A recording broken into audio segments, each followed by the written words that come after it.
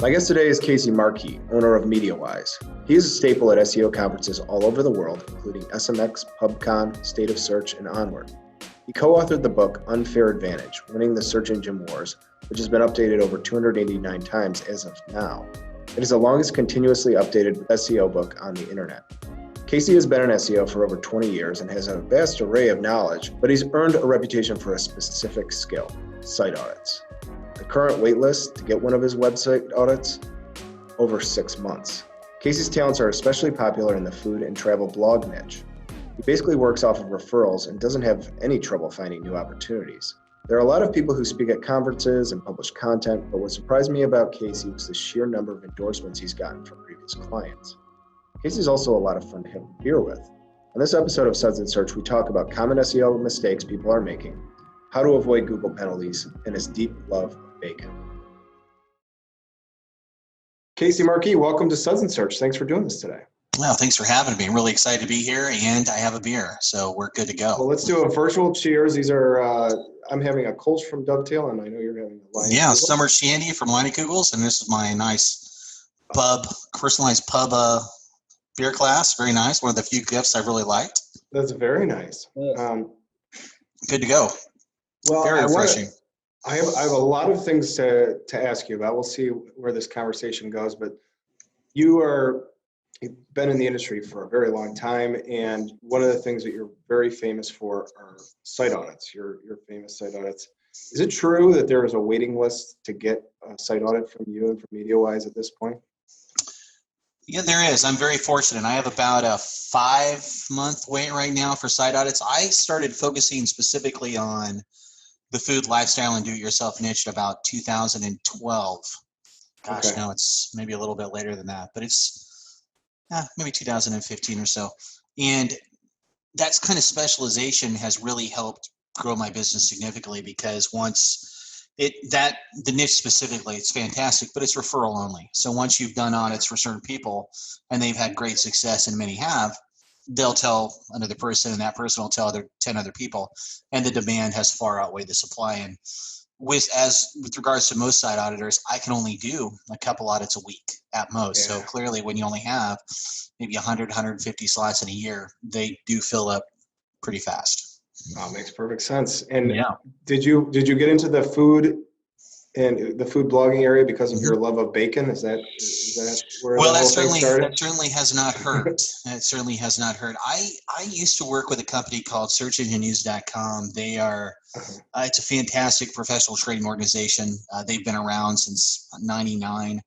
I came on with them in about 2004, and just basically the point of that organization is SEO training and speaking.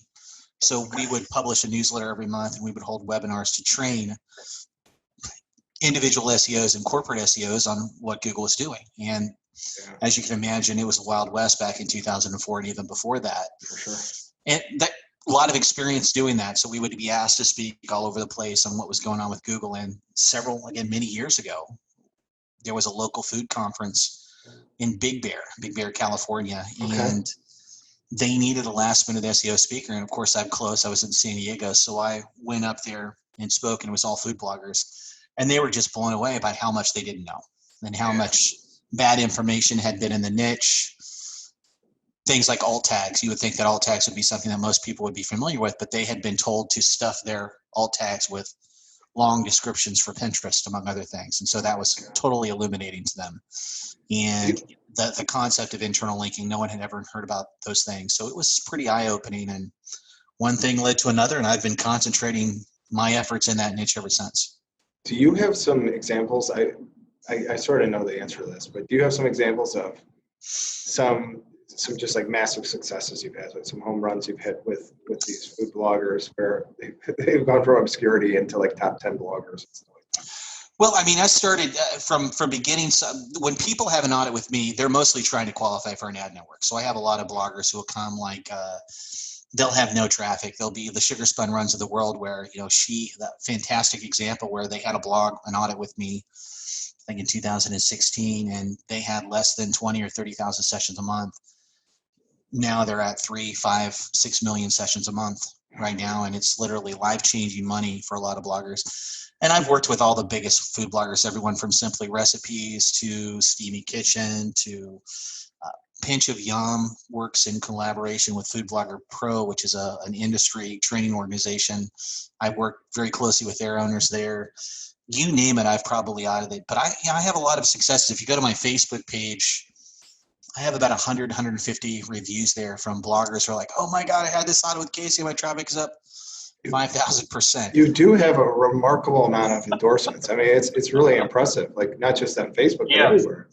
Well, and again, I think that says a lot to the fact that I don't bullshit a blogger. There's a lot of really poor advice in this niche. There's a lot of courses out there that say, hey, take my course and you'll have these results. It's a lot more than that, because when you have a personalized audit, as I'm sure you're aware, we're issue spotting. We're finding, and some bloggers might have just a couple dozen issues. Other bloggers might have everything on their site needs to be fixed. Every piece of content needs to be republished. That's what we're doing, is they're personalized audits. So they're always going to be more effective than these self-training or self-taught courses that a lot of other people push. And like I said before, I'm very, very fortunate to be in this niche. The bloggers specifically, I think the world of them, and I know how hard it is, but it's all referrals. It's all, I had an audit with Casey. This is the success, and this is what has happened for me. I recommend him without hesitation. I think that's very important, because you don't have a lot of those in the niche, regardless of the niche these days. Wow, that's a great story. So you've been doing this for long enough where I imagine you start an audit, digging in, and you see the same mistakes over and over again. What are some of these common mistakes that you've seen for forever? Well, the biggest issue that I see on audits is, and I call it herd mentality, is that they'll lash onto a practice that they've seen a bigger blogger do, and they'll think, well, that's going to work for me, even though this bigger blogger might have thousands and thousands of linking root domains. They might have established EAT or creator expertise. They might have a huge email list. They might have a ton of other things that we can't see looking at the site that are helping and reinforcing their ability to rank competitively on Google page one. And these bloggers will only see the outside. They'll see the spackle, as I call it. They'll see the recipe post and think, okay, well, she's putting her recipe post together this way, so it must work for me. The problem is that most bloggers over optimize. And I think you're probably familiar with Arsen Rabinovich, great guy, top hat rank, good friend of mine. He and I did a kind of a study of dozens and dozens of the bloggers that were affected by the unannounced November core, call it a core update. It basically was an unannounced update from last November that decimated a lot of the food lifestyle bloggers. And when we were looking at all the shared factors that these affected sites shared, we noticed that they were over optimizing a ton, especially in their headers, their on-page H headers. And yet big bloggers do this all the time. They'll take their focus keyword and literally place it in every H header on the page. Horrible advice, because that's just, we don't need to do that. And there's also an accessibility issue there too. Right. Like you don't need to do that. So one of the things that we, especially with my audits, is trying to teach correct on-page optimization and tell users that Yoast is just a tool. You're very familiar with Yoast, probably the most popular SEO plugin in the world, but you can't blindly follow Yoast and be successful. If Yoast is telling you to put your keyword at the front of the sentence, that's a complete waste of time. People don't talk that way. Right. Don't put your focus keyword in every H tag. Same thing. People love that dopamine high of seeing the Yoast thing get green instead of red or orange. People think that if you get to green, you're good to go. Completely untrue. Yeah. Completely untrue. I usually tell a lot of the bloggers that have had the most success, we just turn it off. We turn the recommendations off, and we optimize for the user. We're writing a quality page title, a quality meta description that sells the user on why this recipe or post is the best it could be. We don't really worry about trying to optimize, putting this focus keyword here and here and here. Google moved beyond that kind of matching years ago. That's not how algorithmic search works. Is that the biggest? After I get an audit from Casey Markee, if I'm a food blogger, what's moving the needle the most? What's making the biggest impact? Is it that just kind of decluttering that weird over optimization stuff? Is that what it is, really? I wish. I mean, there's so many things that go into an audit. When we talk about an audit, there's three areas that we focus on. The first one is technical. Most bloggers don't know what they don't know. They have poor page speed. They're using incorrect plugins. They have chain redirects on their server. They've been told not to do internal linking on their sidebar. They have Yoast installed and it's set up incorrectly. Tons of stuff. Maybe they've allowed attachment files to be indexed. The list is as long as my arm. And so it's just a matter of getting the site technically sound as much as we can. And this is really, if we correct the technical issues, we do absolutely nothing else, traffic goes up. Right. We're just making our site more attractive for Google algorithmically, getting those technical issues fixed. And so that's step one, is making sure, we'll run a crawl. I'll go over the crawl with the bloggers. I'll say, here are the issues that we need to fix and prioritize. That's the step number one. Step number two is the content. There's an optimal template that works best with Google with regards to recipe posts specifically. So I go over what that template is. We talk about how to optimize things like category archives. Bloggers have no idea that you can optimize a category page, or that things like tag pages may not be necessarily the best thing to keep indexed in Google, or paginated archives may not be something that we want to flood Google with, little things like that. So it's just content things. We go ahead and dial in a content template. And then the third issue they're always off-site issues. So how's the backlink profile? How's their creator expertise? What's the size of their email list?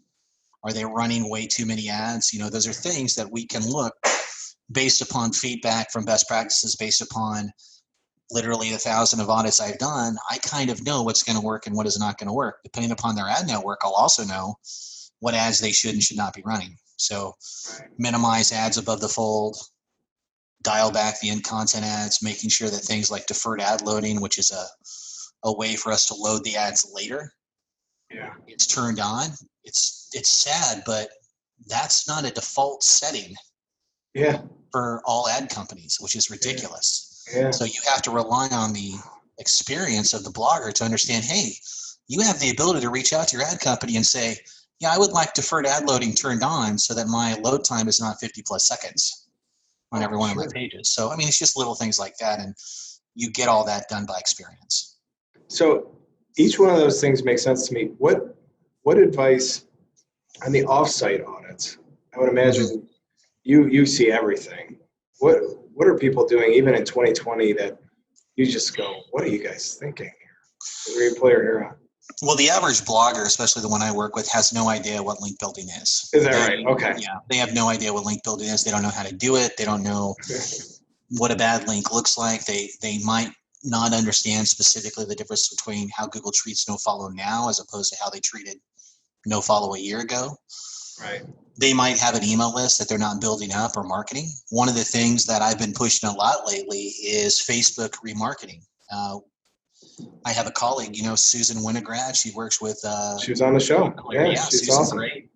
Good friend of mine, fellow Disney sister. She and I are all DVC members, so we have to stick together. Yeah.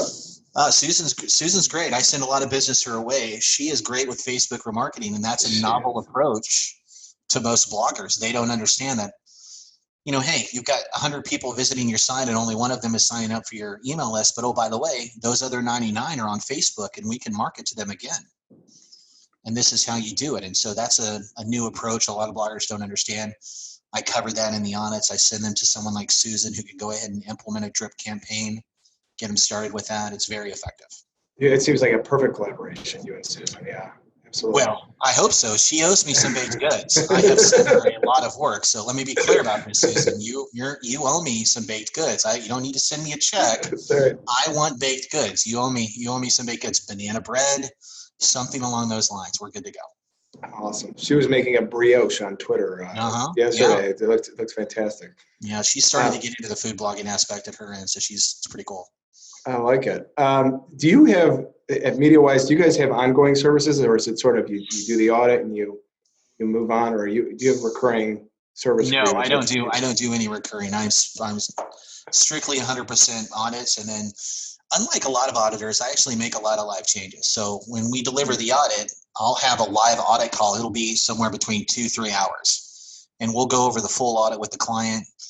And I'll go in and make live changes. I'll go in and maybe I'll set a new page sound description for their homepage, go up and fully set up Yoast correctly, install some plugins, optimize their sidebar, show them how to prune content specifically, little things like that, give them a walkthrough of Google Search Console, whatever I can do to make them more comfortable. But there are some things I'm just not going to do. There'll be a developer or there'll be other issues on the server that we'll need to fix to dial in their page speed. So I'll send them off to a vetted referral. And I work with people like, Arsen Rabinovich with Top Hat Rank, Susan Winograd, who's with Blog Boomerang, and of course, Aimclair, Andrew Wilder with NerdPress. I also am a big believer in using the right child theme is very important. So I push using the Feast themes that are built on Genesis. So Skylar, there's a guy, his name is Skylar Bowler, I believe is his last name. I always mispronounce it, so my apologies to Skylar.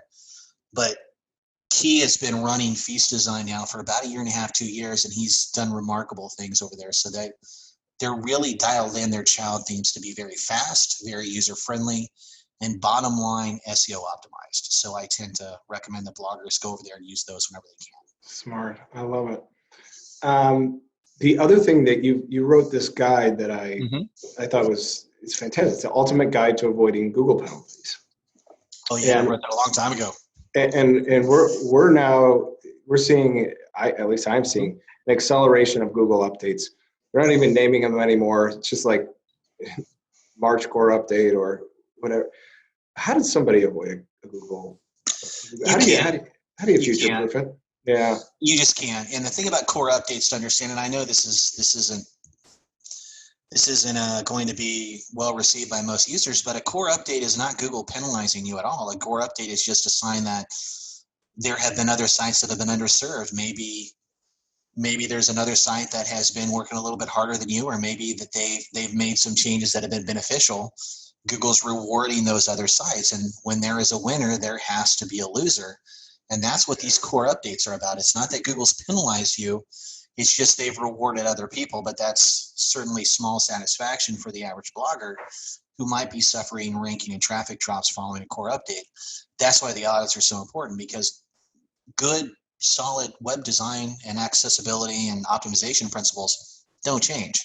Right. That's why most of my audit clients, if they were affected by an update, they usually bounce back very quickly, just because they haven't gone back and implemented the full audit, or they'll do a follow-up audit and we'll talk about things that have changed with Google and other practices that they can implement now. Wow. Have you ever had the experience where you're starting in on an audit and your spidey senses go up right away, either with their link profile or with, you mentioned over-optimizing on-page content. How do you even approach that from a customer service standpoint, where you have to tell them your baby's ugly and we need to fix this? Well, I mean, we've had bloggers who've signed up for a mini audit, and I only take the bare minimum when they're in the queue. So they'll sign up for a mini audit. I'll have them fill out some forms. They'll provide me all the accesses, and I'll go in and look around, and I'll see that they have a manual penalty. Okay. And I'm like, you don't qualify for a mini audit. You have a manual penalty. This is a unnatural links from your site. This is usually probably the most common penalty for bloggers in general is an unnatural outbound links penalty, where they have a lot of sponsored or affiliate content they failed to no follow. They failed to provide disclaimers. And I'll just tell them, hey, this is how you fix this. I'll usually just do it free of charge. Go ahead and get a reconsideration request submitted. I'm happy to review it for you. And then when you come up in the audit queue, we can talk about it then, or I send them to a professional who can just do all the work for them at that time, and they'll reach back out just for the regular audit. Things like algorithmic penalties, of course, very tough. Very tough. Yep. Core updates, those are algorithmic. So if you lose traffic, if someone schedules an audit, and Casey, good example is I call it the Tiffany update that happened on June the 3rd, 2019. That's my wife's birthday. Call it the Tiffany update. That affected a lot of bloggers, especially in the health and fitness niche. They were devastated by that update. A lot of them reached out to me, and as we did the research, we found that the main issue was that they were making unsupported and unsolicited health claims. They were making these health claims with their content that their recipes and diet had cured their candida or other issues. Can't do that. And so I would visit with them in detail. We would usually do a full audit, and I would visit with them in detail on how Google is looking to surface content from trusted sources, and how if they wanted to recover out of this, literally what it is, a filter, they're going to have to rewrite most of this content with an eye towards removing unsupported claims and supporting any other claims they want to keep. And then, of course, some of the really big sites, a good example is helloglow.co, very big player in the health and fitness niche. They've almost bounced back completely from their previous core update hits because they've hired an outside medical review board that they've established on their site, and they've supported all of their content by having it medically reviewed. And so that's very important in this day and age, that if you're selling any sort of these health and beauty products that can affect your, we'll call them money or your life issues, you want to make sure all that is supported scientifically and with links to other specific government sources whenever we can. Right. And it's important. The distinction you made is important, which is this isn't manual. This isn't an engineer from Google who has said this isn't supported enough. This is the algorithm, right? I mean, this is, okay. Yeah, very interesting. Well, our mutual friend, Greg Gifford, has some questions for you. Oh, this is going to be good. Let me open another beer for Greg. Yeah, go ahead. Open another beer for Greg right here. The first thing, we mentioned it earlier, but I think I've undersold your love of bacon. Can you tell the audience of Suds and Search a little bit about how much you love delicious bacon? This is my bacon clock here. That is really cool. I wish that he was actually working now, but he does not. It's great.